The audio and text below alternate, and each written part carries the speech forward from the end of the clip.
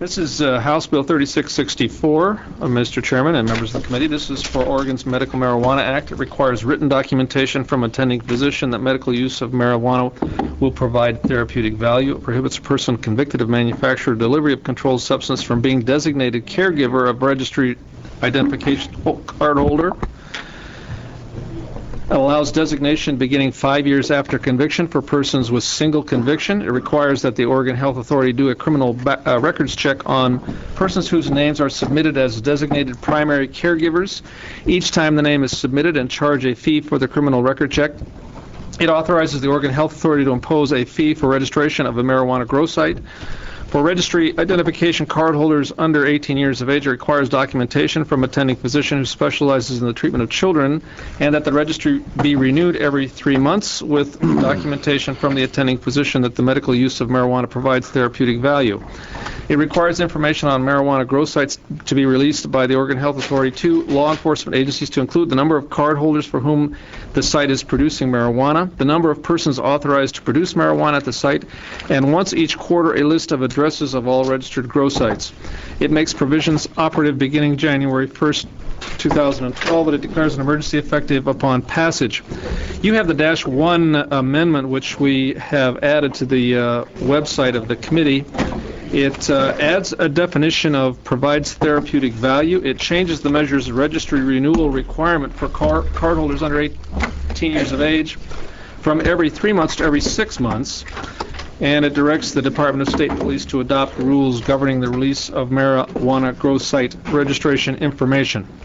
We also have provided for members, and I think there are a few extra copies, and it's I believe it's also posted on the website, a what we call a hand engrossed with the original measure with the -1s included.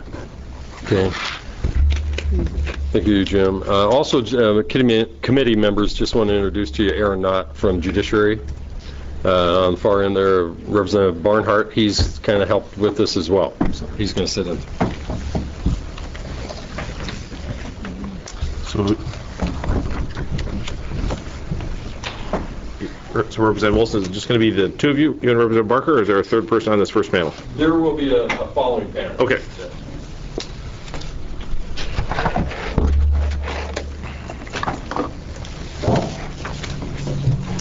Representative Wilson, nice for you to bring along your younger brother for this.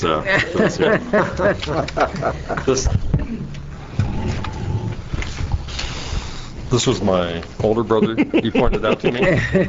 Mr. Chair, okay. Chair Hunt, committee members, my name is Andy Olson. I'm a member of the House of Representatives out of the Albany area. House Bill 3664 is an omnibus bill, a collection of concepts from several other bills, to be exact 20 bills in all, that have been introduced this session from senators and representatives. Being in my fourth term, I've learned that when there are that many bills with similar themes, there exists a major problem, a major concern. As a result, it doesn't make sense to listen to every individual bill, but to put a work group together to develop a good policy. That's what we did in 2005, addressing the concerns of methamphetamine, and in 2009, addressing the issues with metal theft. I want you to realize the work group that consisted of Representatives Krieger, Kotek, Barker, and myself has been very we have been very sensitive to the concerns by fellow legislators and by the Oregon Medical Marijuana Act community. We moved forward crafting this bill considering two key components. The first one was that we were concerned that we would protect the current law that allows patients who need medical marijuana. And the second piece is that we wanted to create boundaries that would prevent the abuse of the Oregon Medical Marijuana Act. A few months ago in the Judiciary Committee, we listened to a bill that would prohibit a patient from using medical marijuana if they had been convicted of a felony drug offense. On the surface, that may appear to be a bill that makes sense. But if you get into, well, there's a pun, into the weeds, you find out that, really, a person commits a crime, deal with it appropriately, don't take away their medicine. So that was one of the things I learned from that. But also what was kind of interesting, Mr. Chair and committee members, while I was there during that committee meeting, I had an opportunity to really listen to the concerns of a lot of the folks, a lot of them behind me right now, over there, that they addressed about this whole issue, and I had a chance to kind of meet a few of them as well. So I started paying attention to what their concerns were regarding this whole thing. But let me go through a little bit of what this bill does. First, it restricts the eligibility for Oregon residents. Currently, right now, under the Oregon Medical Marijuana Act, the bill allows out-of-state resident eligibility to apply for Oregon medical marijuana. That's a loophole that we need to get squared away, and we are doing that with this bill. The second thing, it establishes boundaries for the use of medical marijuana under the age of 18 years of age. Currently, there's somewhere between 40 to 50 patients who are under age 18 that are registered under OMA. And what this portion does basically is it describes physical conditions and that they would twice a year have an evaluation by their attending physician who specializes in children to report back to the OMMP or the program. Third thing was it requires that attending physicians must list therapeutic value of medical marijuana upon issuing a permit. And here, this is just one of the points I want to share with you because this is what the dash ones, portion of the dash ones does with this for the amendments, is the therapeutic value originally did not have a definition of what that meant. It had some concerns from what some of the advocates of OMA shared with me. So I went down and I addressed what I felt was some of the issues. And that now therapeutic value means mitigates the symptoms or effects of a person's debilitating medical condition. The fourth one requires an annual National Information Crime System check, which is NICS, to be conducted for both the grower and the caregiver, and includes out-of-state and federal convictions toward that. The fifth point, what the bill does, it adds 5-year revocation to caregiver upon conviction for controlled substance crime, and second conviction is permanent. Now, currently under OMA, that applies to the grower. We've added the caregiver to that as well. The sixth point is it reduces the number of card holders that a grower can grow for, and then somehow, I'm just going through the bill, Mr. Chair and committee members, and I'm seeing this is a piece that was left out. So I need to actually address this issue in an amendment. But the idea of where I wanted to go with number 6 was actually to reduce the amount of card holders that a grower could grow for from 4 to 2. Now the reasoning behind that is actually to bring some accountability in, and it actually helps a little bit more for what we want to try to do to prevent abuse. And then also along with that, the growers would be would only apply to growers for being at least 21 years of age. And then the last piece directs the Oregon Medical Marijuana Program to provide grower information to the Oregon State Police as a depository to be controlled access by law enforcement. And it gives the Oregon State Police rulemaking authority to adopt rules that govern the release of information from the information provided. Further digging into this right now, it does not make sense for me to go that direction, and so this should be probably addressed as well in an amendment, but that we would provide additional rulemaking authority with where this committee wants to go and this bill wants to go to OMMP. Do we have a problem? Indeed we do. And as we move forward with this issue, we must keep in mind we need to protect those who truly need medical marijuana, but at the same time stop the abuse. The panel that is going to be following me, Mr. Chair, will do a lot of explanation as to what the problem is, but at this point right now, Representative Barker, too, would like to share. Thank you, Mr. Co-Chair and committee members. I'm Jeff Barker, State Representative from House District 28. I'll just be very brief. When medical marijuana was presented to the voters a few years back, it was presented talking about cancer patients, AIDS patients, and so on that are in chemo, that had no appetite. This would help the appetite. For mobilely impaired people who were in great pain and could find relief through marijuana. And I proudly voted for that bill at the time. I thought that was a good idea and that I didn't want anybody needlessly suffering. But also at that time, in the campaign, they were saying that they expected a maximum of 500 patients. And it's exceeded that by, many thousands now. One of the problems, as I see it today, we're moving towards a point where the medical program is in jeopardy, where citizens might revoke the entire program, as Montana has just done, and that would not be good for the people who truly need it.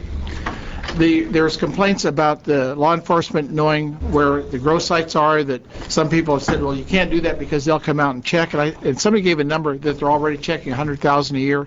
That's 243 a day. I don't think they're doing anywhere near that. But the point is, those sites need to be checked because we're hearing of abuse where people are growing not 6 plants, but, like 60 or 6,000. So if there's access to that, it can be easily checked. A few years ago, I knew many people when I was a police officer who had federal firearms licenses, and they weren't really truly dealers, commercial dealers, but they could deal with their friends, save you some money. And in those days, the ATF, alcohol, tobacco, and firearms, it makes me think, who's bringing the chips?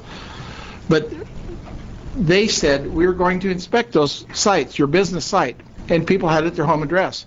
And people said, gee, that'll be a real hassle, I don't want to do it. So they gave up their license and quit doing it. So if people think it's too much of a hassle that the police might come and inspect the grow, they don't need to grow. I mean, that's just one of the things that we need to get under control. I thank the committee for taking a look at this and appreciate your due diligence in listening, and I appreciate all the citizens who are here to testify on both ways so we can hopefully get a good product. Thank you. All right, thank you. Questions for these two witnesses? Representative Eswell, you want to share? Okay. Thank you. We can hear Yep. somebody who actually inspects talk about that. Welcome. Thank you, Mr. Chair. For the record, Sal Eswell, Representative District 6. As we know, I believe we had 20-some bills that pertain to this particular issue. I think that our work group did a good job. I think they tried to make a very good bill out of a lot of different bills, and I think they've been very successful.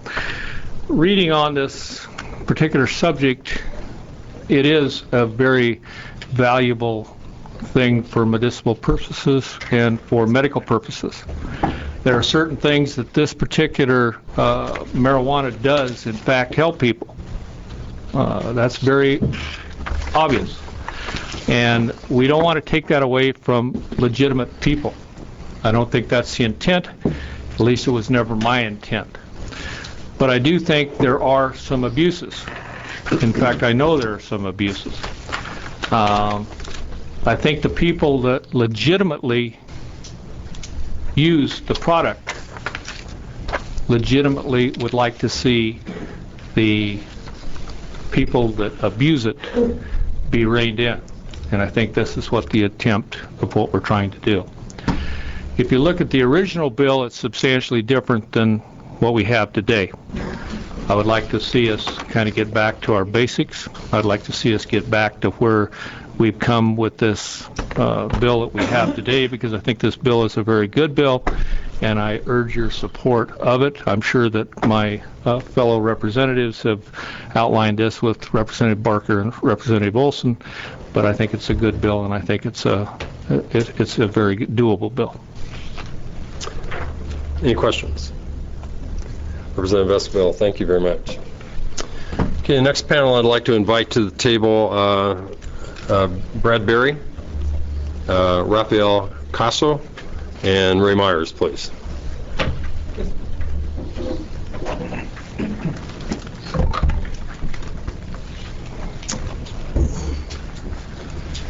And I think, Detective Myers, if you would kind of just share, paint the picture a little bit more for us. Thank you, Co-Chair Olson, Co-Chair Holvey, rest of the panel. I was asked here, If you'd identify yourself, please. my name is Harlan Ray Myers. I'm a detective in Grants Pass with the Grants Pass Department of Public Safety. I am assigned now to the Rogue Area Drug Enforcement Team. I've been a police officer for approximately 27 years. During that time, I spent my time in patrol, major crimes detectives, the narcotics team detective when it was called Joint down in Grants Pass from 95 to 2000, and then as a patrolman, and now as a forming member of the Rogue Area Drug Enforcement Team. I was asked here to talk about the abuses of the medical marijuana program and how we see it in the law enforcement community. And I can tell you that in Josephine County, and from talking to other detectives and police officers across the state, they are massive, in my professional opinion. And it has never been, up to this point, as bad as it is right now. A lot of people don't realize that the ability to hide behind the program the way it is right now is very easy. And once someone gets involved in this program, the amount of marijuana that can be grown just from a single grower who's growing for 4 people can be quite massive. A very poor grower of marijuana, in our experience that we've seen, can grow at least 2 pounds of marijuana per plant. Up to... Listen, I don't need to have an outburst. Keep your laughter down and be respectful, because, listen, what we'll do is we'll just remove you. You understand?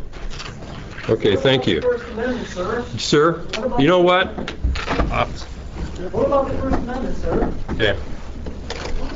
I would, if I might, Coach Earls, I would echo, we end up with a lot of difficult emotional issues in this committee. I think one of the best ways we get an opportunity to hear you and you hear each other is if we all respect each other, and so I just urge folks on both sides of the issue, we're all going to get a chance to hear each other today. I would agree with my co-chair. Let's maintain respect. Okay. That'd be a great. Yeah, I think that's a great request. Yeah, if you could. Thank you. How's that? Is that better? Okay. Thank you. Continuing to a very good grower, we've seen plants reaching heights of 16, 18 feet with a circumference of approximately 5 to 8 feet around. The plants that that are being grown can harvest from 8, some are bragging about 15 pounds of dried usable product of bud from each tree, is what we call them. The amounts of marijuana that are excess for people that are growing are massive, and we have had experience with people that we have arrested and investigations that we have done where they have actually paid people to get their patient cards, and then they're promised marijuana as well as other cash whenever the crop is sold. To put it in perspective, just recently we had, and I'm speaking right now of all subjects associated with the medical marijuana program, just this week we did an investigation where medical marijuana growers in Josephine and Jackson County were co-opting their marijuana, and one female was taking it to Portland. At Portland, she would take between 75 and 100 pounds of marijuana, and this is dried, trimmed, usable bud, to Portland. They would place it into a pod or freight container, and it would be shipped back to Boston. And this is from between a half a dozen subjects she's been working with. And then she was being paid $3,000 a pound for that marijuana. The subjects on the East Coast in Boston were distributing it, and when they were selling it back there for quite more than $3,000 a pound, she would get the money and she would distribute it to others. We ended up arresting her and also arresting several other subjects during the course of this investigation just this week. One of the subjects that we were dealing with was a licensed medical marijuana grower. He was a patient, and he was a grower for 3 other people. In interviewing that subject, he has not worked since 2005. He is buying his own property in Josephine County, and during the course of the investigation, we located $120,000 in cash in his safe, and also between $20,000 and $40,000 in gold and silver bullion. And this is a subject, as I stated, has not worked since 2005 and had no real excuse for why he would have that kind of money or an explanation for it. So it kind of gives you an idea of how massive that is. Also, part of these co-conspirators were other warrants that we see are served, and we located 5 very intricate and elaborate indoor marijuana growing operations, probably 50 pounds of dried marijuana altogether, processed, ready to be sold. Also located at one of the locations was several fully automatic machine guns, silencers, and these are all Oregon Medical Marijuana Program grow sites. The problems that we have in Josephine County, the majority of all of the arrests that are made by the Rogue Area Drug Enforcement Team that have to do with marijuana are associated with the Oregon Medical Marijuana Program. It is foolish for people to break the law in trafficking, selling, producing marijuana, not to participate in the Oregon Medical Marijuana Program. It is easy for them to hide behind it. It makes it difficult for us to investigate, and it makes it difficult for us to prosecute. It is a relief if we actually get to a location and find that it is not an Oregon Medical Marijuana Program because of the ability for people to hide behind it. In regards to the law itself, when I say massive problems that we have with it, everything that we deal with, from someone on the street who is possessing marijuana just to ingest, to the far extreme of the subjects, like I described, that have the automatic weapons and is selling large amounts of marijuana, 90% or more is coming back to they're associated with the Oregon Medical Marijuana Program. And one that also shocks the conscience is within a block of Grants Pass High School last year, we had a subject who was an Oregon medical marijuana patient who had marijuana in his apartment and was supplying it to high school students on their lunch break. So we have problems all the way, as I said, from people that are in possession of less than an ounce to the subjects who are taking 100 pounds, which this person had for the last 6 months, every month, to Portland and shipping it to Boston. And that is happening over and over again to just about every state in the continental United States. Okay. Thank you. GA. Sure. Thank you. Excuse me. Co-Chair Olson, Co-Chair Hunt, members of the committee, my name is Brad Berry. I'm the Yamhill County District Attorney, and I chair the Oregon District Attorneys Association Legislative Committee. I do, though, in fairness, should state that the Legislative Committee has not vetted this bill, so I'm not here on behalf of the association. I guess I'd like to go kind of off script ever so briefly for some of the notes that I made before I start. As we watch numbers of bills come through the legislature this year, attempting to deal with and I would agree with my colleague on the right here with Ray's assertion of massive problems with the Oregon medical marijuana issue. It is clear that I think the public is having a growing concern about how Oregon medical marijuana is being handled. I say that in part because of not only the numbers of bills coming forward to try and address single issues, dual issues, 3 issues, but as a member of my community, I go out and I talk to my community about issues, and that includes discussions about the Oregon medical marijuana program, and trying to describe what it is, what it does, and the abuses that we see in our office and in law enforcement throughout the state. The community is really aghast at the abuses of the program. I will tell you that I start every single discussion with a community group that I'm not here to debate the usefulness of medical marijuana. And I, too, as Representative Olson said, I have no doubt that there are authentic uses for medical marijuana. This isn't about the legitimate use of marijuana. These discussions are about the abuse of the Oregon medical marijuana program. And I'm guessing, I don't know these folks sitting behind me who are opposing this bill, who oppose changes to this program, but I'm going to guess that the vast majority of them are not the individuals that we deal with day in and day out in law enforcement. They're the people who are utilizing the Oregon Medical Marijuana Act, Oregon Medical Marijuana Program, in a way that aids their particular conditions through the appropriate use of marijuana. We are dealing in law enforcement with the daily abuse of this law, using it as a fence, a wall to hide behind for the illegitimate growing of marijuana, selling of marijuana, and distribution of marijuana throughout the state of Oregon and around the country. Having said that, again, I want to reiterate that the discussion here with law enforcement, as I talk with my law enforcement officers, is not about the legitimate use. It's about the brazen use of the system to get around marijuana laws, to grow it and to sell it. This bill doesn't repeal the Oregon Medical Marijuana Act. It's trying to address some of the abuses that are being seen daily throughout the state. I want to talk about two particular areas, if I might, not all the points that Representative Olson introduced to you. First, I want to talk a little bit about growers. The ability of growers currently is to grow for up to 4 patients, and because a patient can have 6 mature plants at any time, a grower can grow up to 24 mature plants and 18 immature plants for each person that they grow for, that they are a grow site for. And just talking the mature plants, 24 plants is a sizable amount of marijuana. These can be very large operations.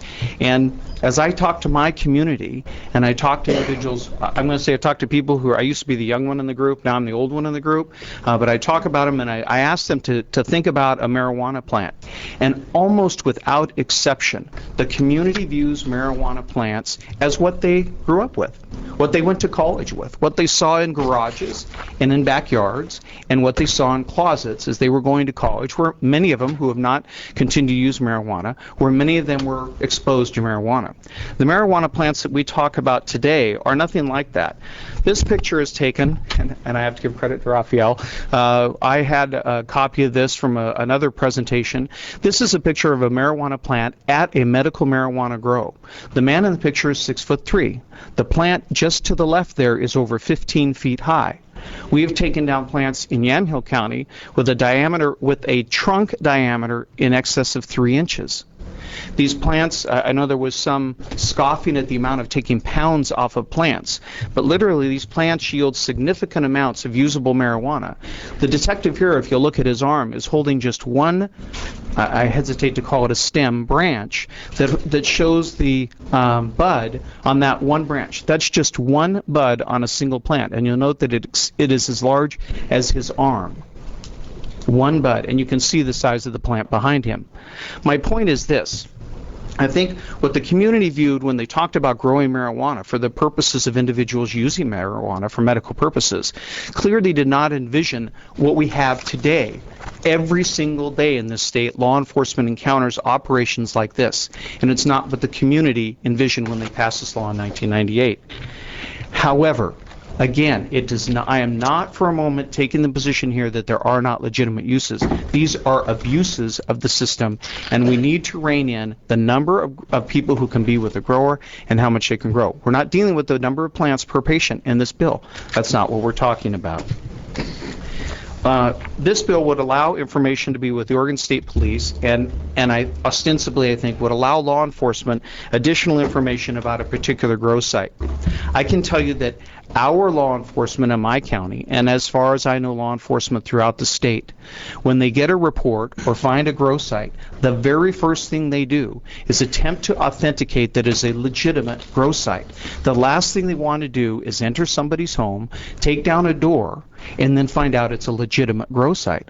The problem is this. They may ultimately find out that a grow site, there is a legitimate grow site. OMMP says, yes, that's listed as a grow site for X number of cardholders. But having no information about the cardholders, and in fact, I think this deputy DA who does this a lot more than I, Raphael, will tell you, go in and find the cardholders, 3 of them could be dead, 3 of them alive. And so these are old card registrations that are a particular grow site. That's an unlawful site. If you could, Brad. Speed it up? Yeah, just Absolutely. wrap it up, because I want to try to give even amount of time. Absolutely. So. I wanted to talk just ever so briefly then about caregivers. The current law provides that a person can be a caregiver for as many patients as there are, and the abuses here are also rampant. I just challenge you to go to Craigslist in Portland, and you see individuals advertising to become a caregiver for a cardholder. I think the original selling or the original proposal of caregivers is someone who takes care of someone who is sick. Currently, though, you could have 100 cardholders and be a caregiver and have the ability to hold 24 ounces of marijuana for each and every cardholder for which you're a registered caregiver. Again, this bill would limit it 1-to-1. I think the original intent, you're a person caring for a person who is sick and aiding them in their ability to live a comfortable life. Thank you. Okay, thank you. Raphael? Co-Chair Olson, Co-Chair Hunt, and other members of the committee. My name is Raphael Casso. I'm the Major Narcotics Prosecutor out of Josephine County, Oregon, and a Deputy DA with the Josephine County District Attorney's Office. I want to briefly talk to you about the amendments that I'm reading on here with regards to Oregon medical marijuana and the victimization of the patients that are a party to, or many of the patients that are a party to the Oregon medical marijuana program. As DA Bradbury was talking about, the photograph with the marijuana plant being above 15 feet tall, that individual was an Oregon medical marijuana grower. He was victimizing his patients. He would give them 1.5 pounds of marijuana. He bragged, and we got to that site because he sold 10 pounds of marijuana to an out-of-state individual that got stopped in a traffic stop. We went back to his house. He bragged that he got that 10 pounds of marijuana off one of his plants. He had other patients. I routinely talk to innocent patients in all of this that want to get their medical marijuana because their growers are not giving them their medical marijuana. They're having to go out to other locations to trade with other patients to get their medical marijuana because these growers that are abusing the system are finding that they can sell medical marijuana back east, back in Minnesota, for $6,000 to $9,000 a pound. When, as that individual was bragging, he was getting 10 pounds off of each plant. That's a $60,000 to $90,000 plant that he has there. He had 60 medical marijuana plants on his grow site. So if you do the quick math, I believe that's $3.6 million, but I'm not a mathematician. Those are the abuses that we are seeing. Routinely, we see individuals that are caregivers for 10 individuals. They're driving down the road with 15 pounds of marijuana. When they get stopped by the Oregon State Police or by Grants Pass Department of Public Safety, the SO department, they indicate that they're on their way to deliver their marijuana to their patients. When those officers contact the Oregon Medical Marijuana Program, they cannot get the name of the patients for that caregiver. So they have no way of verifying if that person is delivering his marijuana to those patients. Oftentimes what we're finding down the road when we can get hold of those patients is that they were not getting marijuana delivered to them. So that caregiver and that grower are selling that patient's marijuana for profit, and the patients are being injured in this whole program. As I was reading through the amendments to this, making the 5-year moratorium on someone who is convicted of manufacture or delivery of a controlled substance, an A or B felony, and then lifetime for those convicted twice of that. That makes sense because those people that are abusing the system are the ones that are getting convictions. And we do not want to re-victimize those patients over and over and over again by having their growers committing felonies and dealing their marijuana to other people. That amendment makes sense. Additionally, the amendment with regards to the caregivers, and the same story with regards to the moratorium of them being a caregiver for 5 and lifetime. That makes sense. Again, those are people who are abusing the system, not the innocent patient that is using their medicine as prescribed. Those are key issues. When we have marijuana plants that are giving 10 pounds off of each plant, 2 pounds for a inefficient grower, that's enough marijuana for a person for a year.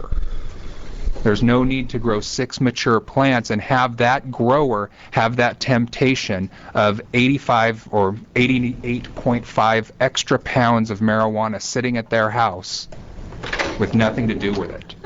That's where a lot of these folks are getting into problems. I have individuals who have been convicted of manufacture and delivery of controlled substances who were just in that scenario.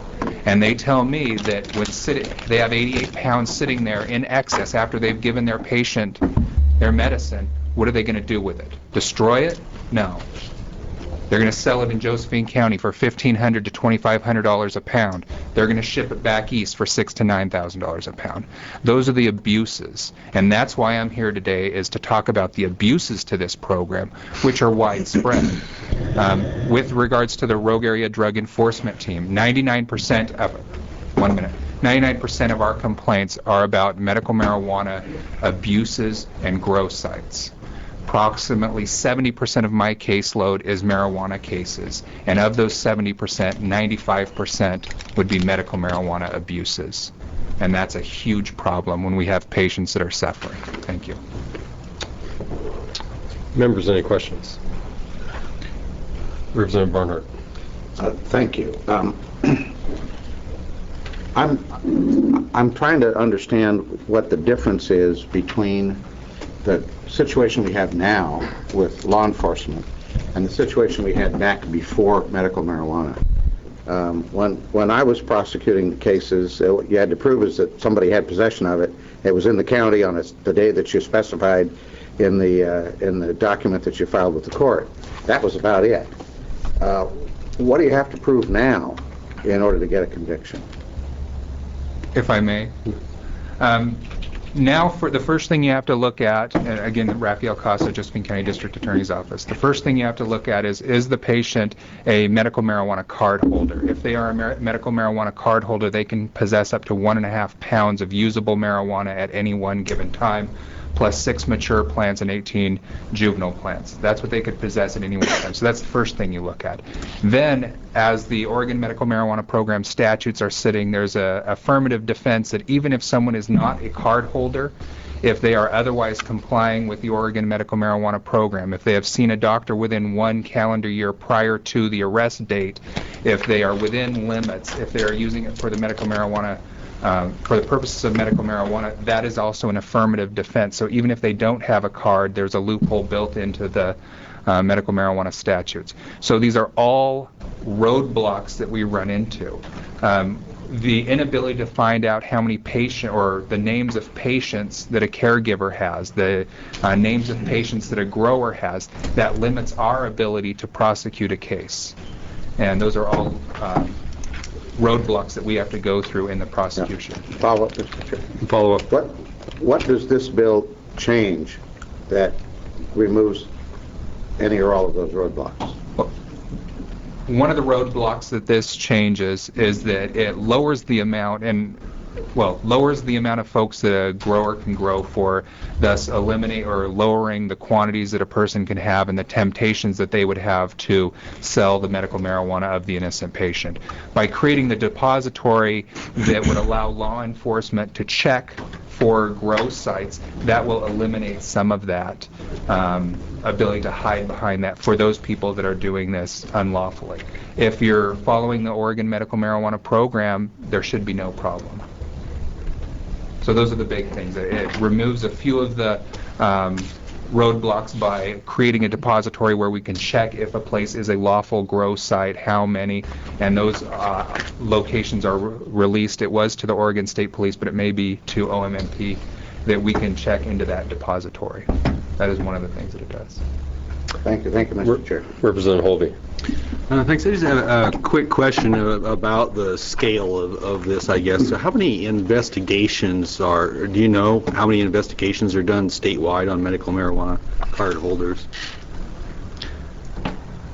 I don't have the numbers for the entire state. We're a small agency. We're a 4-detective team with a supervisor, and the percentages that we deal with are the majority of cases, as Rafael Casa was saying, are medical marijuana grow sites. We have, as he stated, over 90% of all drug tips that we get are complaints from citizens who are extremely angry about marijuana growing in their neighborhood. We check to see if they are. We confirm that it's a legal growing site. Unless we have other information, we have to move on. You can drive down Redwood Highway. You can drive out onto Kilmer Road. You can drive out in Williams, and you can see the telltale signs of the big fences with plastic up above that 9 or 10 feet, and you know that's a grow site. You can call in and check that that's a grow site. But it's too much for us to investigate all, but I can tell you the percentages of what we deal with in our drug team is the majority of it is marijuana, because those are the complaints and tips that we're getting. We still deal with mushrooms, LSD, methamphetamine, other things like that, but we have to tell citizens, I'm sorry, they'll complain about, it's also a livability issue. They'll complain about the stench that's coming, and they can't go out in their yard, on their porch. They can't enjoy the evening because the neighbor is growing medical marijuana on the other side of the fence, 10 feet from their patio, and they get angry and they call us, and then we look into it, and if we see that they're in compliance, we tell them there's nothing we can do. So I guess I don't have the numbers, but I can tell you it's in the majority of the problems that we have with the medical marijuana program and our complaints. Just a quick follow-up, and I know you probably don't have that information, but I was just kind of looking for a perspective of, of the medical marijuana grow sites that are, registered that you investigate, what percentage end up in, violations that are prosecuted? Go ahead. And Representative Holvey, if I can address that. Generally speaking, when our rogue area drug enforcement team investigates and gets past the initial stage, usually what we're finding is almost 100% of the grow sites that are investigated past the initial stage are out of compliance. Through our agency and through our department, if someone is just over one plant, we're not going to file a case on that. We're jerking one plant, getting them into compliance, and we're going from there. But what we're finding is that there's large-scale deliveries associated with it, hugely out of compliance by several hundred pounds of marijuana, hundreds of plants over, that type of stuff. 90% of the calls that we get are out-of-compliance growers. So this year alone, so far, we've already filed over 300 cases in Josephine County with regards to out-of-compliance and medical marijuana violations, which that's a 4-man drug team, and that's a 1 prosecutor for major narcotics crimes, and that's a huge number. But like I'm saying, that is not everybody. There are lots of people that are following the rules with the Oregon Medical Marijuana Program. Thanks. Representative Freeman? I'll hold off. I know you got a lot to get through. Okay. Representative Berger? I'll be very brief, Mr. Okay, Chair. thank Would you. somebody please explain to me the difference between a card holder, a caregiver, and a grower, and how they interact? Because I never quite got that, and what those 3 things legally are. Representative Berger, Raphael Casso, Joe County DA's office. A medical marijuana card holder is a patient with a debilitating medical condition under OMMP that is licensed or authorized to use medical marijuana for their condition. A grower is a person who is authorized to grow medical marijuana for that patient.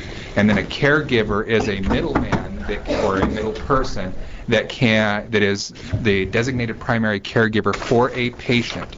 They are supposed to be responsible for the primary care of that patient and can possess up to 1.5 pounds of marijuana for their patient. Mr. Chair, can I follow up just Follow up. So under current law, a caregiver, there is no limit to how many patients they could, but the grower can only grow for 4. That's correct. A grower can grow for 4 card holders, but what we see is co-ops of growers. We have grow sites in Josephine. Okay, and Jackson I got to County. go quick. So, Yes. so let me get the numbers right. But a caregiver could have, there is no limit, and are they registered? And are with anybody and the names of who they're caregiving for registered with anybody? They are designated by their patient, and they can have an unlimited number of patients. We've seen above 10, 20, 30 patients to a single And does caregiver. this bill change that? I don't believe so. Well, it changes the character. Excuse me, Chair, Co-Chair Olson and Hunt and Representative Berger. Yes, it does. It limits the ability to 1 patient to 1 caregiver. Thank you. Thank you. Could I add one thing? Could I add one thing in regards to that? May I add one thing? Go ahead. In regards to the caregiver, in our investigations, especially with the large co-ops, we have patients who have never met their grower, nor have they ever met their caregiver, nor do they ever meet their caregiver or their grower.